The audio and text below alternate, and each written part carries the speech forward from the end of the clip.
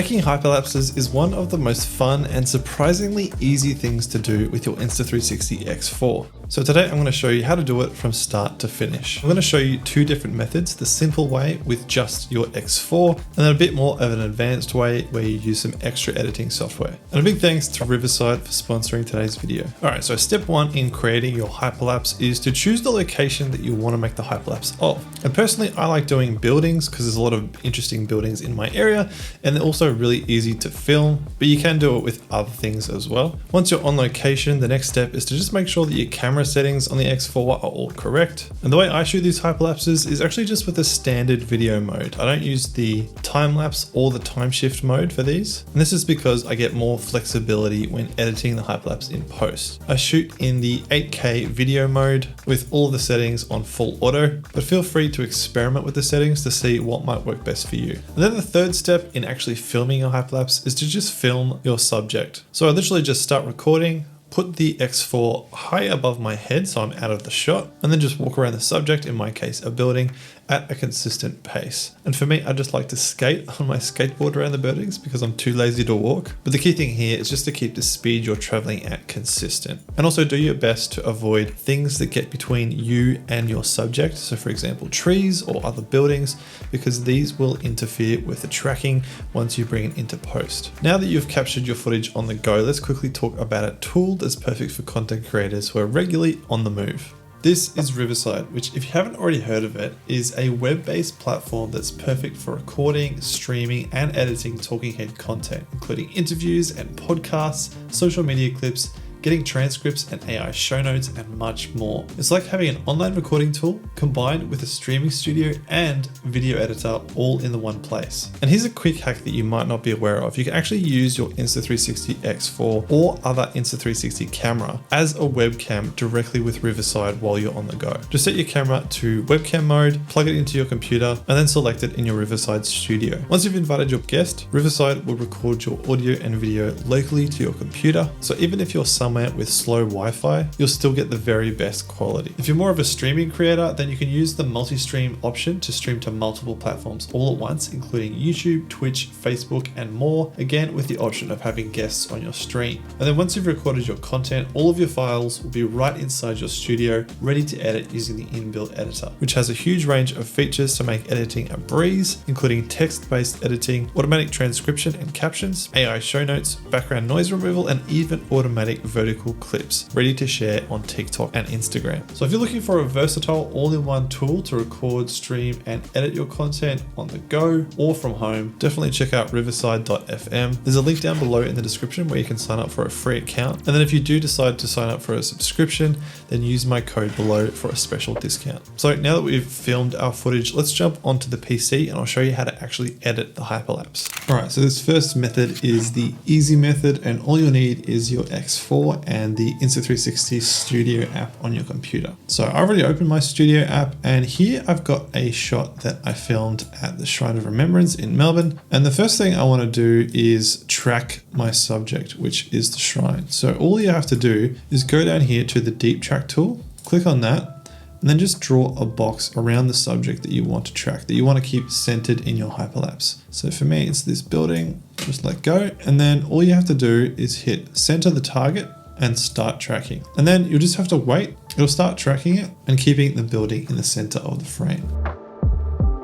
Now the tracking is all finished. So if I play it back, you can see that the building is now centered in our shot. And all we have to do is speed this up. So if I start at the beginning of the frame, I think I start moving on my skateboard around here. So that's where I want to start the actual shot. So I'm just going to drag the in point to there. And then to speed up the entire shot, all I have to do is click this little lightning icon here, which is the time shift mode. Click on that, and then you'll have this little red bar up here, and just drag it up across the entire clip to the point where we want it to finish, which for me is about here, so I don't appear in in the shot. So just click there to end it. Now by default, it'll just automatically set to double speed, but for a hyperlapse, you want it to be really quite fast. So I'd pump this up to something more like 32. Now, usually I find around 32 times speed is pretty ideal for these kinds of videos, but feel free to adjust the speed depending on the length of your clip to see what works best. And now if you play it back, you can see, even though it's stuttering a bit because I've got so much recording going on, there's already some motion blur being applied to the video. And if you want to adjust this, just go up to this play button here, and this is motion ND, which is what's causing that motion blur. If we turn it off, we lose that motion blur, and you don't get quite that same speed effect. So make sure this is turned on. I kind of like the intensity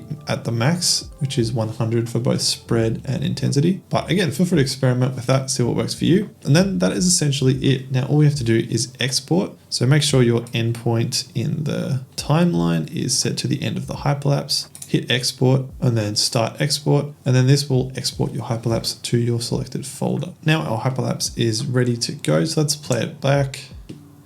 As you can see, that's looking pretty awesome. And that's directly from the Insta360 Studio app with no extra software required. What you can do is export a bunch of different hyperlapses just like this, and then stitch them together on your own in your editing software of choice. And you can create a pretty awesome looking hyperlapse montage. All right, so now if you really want to take your hyperlapses to the next level, let's talk about the more advanced method. And this requires regular editing software as well as some plugins. But even if you don't have the plugins, you can still follow along and get similar results. So this time within the Insta360 Studio app, what we want to do is still do the deep track, but we want to export the video at normal speed. So I'm just going to delete this time shift effect so that we've just got our normal clip at just regular speed. Then I'm going to export that so that we've got the full length video, and then I'm going to open Final Cut Pro. And you can do this in any editing suite, so feel free to use the one that you're most familiar with. So now we just have to import our hyperlapse into our editing software. So I'm just going to drag and drop it into here.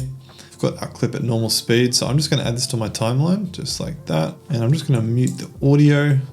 Now, as you can see, it's just normal speed. So we want to speed it up like we did in the Studio app. So in Final Cut, that's just a matter of going to the end of my clip and then hitting Shift B. This brings up my speed settings, and I can just drag and make it a lot faster. So if you watch this back, still a bit slow, and I just want to take off that start part where I get going. So I'm just going to drag that back, speed it up a bit more. That's looking pretty close. Let's go a little bit faster. We make it 2000%, and that is looking pretty good to me. I like how that looks. Now, what you can do from here is use plugins to stabilize it even more, just to make it really rock steady. The Studio app already does an amazing job of stabilizing the footage, so you don't need to do this step.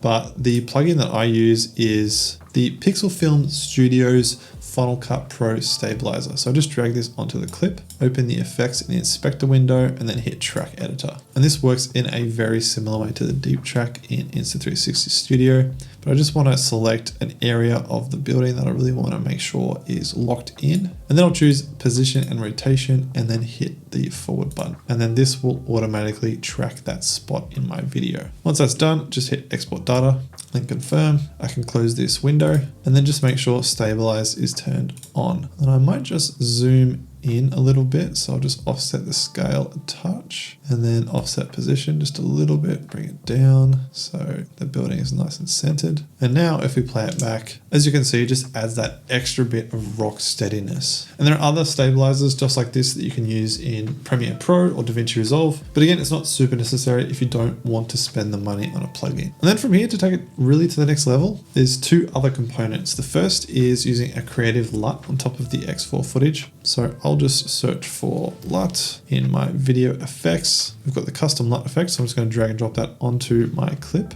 And then I'm going to select a LUT that I like. Currently, I'm using my own LUT, which is LUT02 with curves. There's a link down below if you're interested, but you can use any LUT that you like. Just adjust the mix a little bit. I might make it a little bit less intense, so somewhere around there is looking good to me. So that makes it look just a bit more interesting. And then lastly, as you can see, this clip doesn't have any of that motion blur like the Studio applied. So again, you can get motion blur effects for your editing software. So for me, I've got these different motion blur effects that I downloaded off the internet, and we just want to find one that I think is going to look good. I think that looks pretty good. drag and drop it onto your clip, and then just wait for it to render. And then if we play it back, as you can see, that's got that motion blur effect added in, and it looks great. And then all you have to do is just create a montage of these different clips, add some sound effects and some music, and you'll end up with your very own really cool looking hyperlapse video. So there you go, that is how I create hyperlapses with the Insta360 X4. Don't forget to check out Riverside down below. And if you order an Insta360 camera using my link below, you'll get a free accessory with your purchase. And if you're looking for some accessories for your Insta360 X4, then check out this video here where I talk about my personal favorite Insta360 X4 accessories.